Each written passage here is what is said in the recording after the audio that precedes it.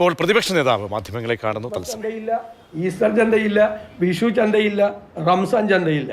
കാരുണ്യ card ആശുപത്രിയിൽ സ്വീകരിക്കില്ല. 16,000 കോടി കരാറുകാർക്ക് കുടിശ്ശിക, 40,000 കോടി ജീവനക്കാർക്കും പെൻഷൻകാർക്കും കുടിശ്ശിക. കുഞ്ഞുങ്ങളുടെ ഉച്ചഭക്ഷണത്തിൻ്റെ കാശ് പോലും 6 മാസത്തെ കാശ് കൊടുക്കാനുണ്ട്. ഒരു നയാ പൈസ കയ്യിലില്ലാതെ കേരളത്തെ തകർത്ത് തരിപ്പണമാക്കി. പോലീസാണെങ്കിൽ നീതിപൂർവമായ അന്വേഷണം ഇല്ല. റിയാസ് മൗലവിയുടെ കൊലക്കേസ് RSSകാരെ സംരക്ഷിക്കാൻ പോലീസ് കൂട്ടുനിന്നു. വണ്ടിപ്പെരിയാറിൽ DYFIക്കാരൻ പീഡിപ്പിച്ച് കുഞ്ഞിനെ കെട്ടിത്തൂക്കിയ കേസിൽ അവനെ രക്ഷിക്കാൻ പോലീസ് കൂട്ടുനിന്നു.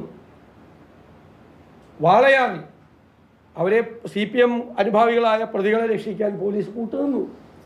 നീതിന്യായം നടക്കുന്നില്ല നമ്മുടെ നാട്ടിൽ.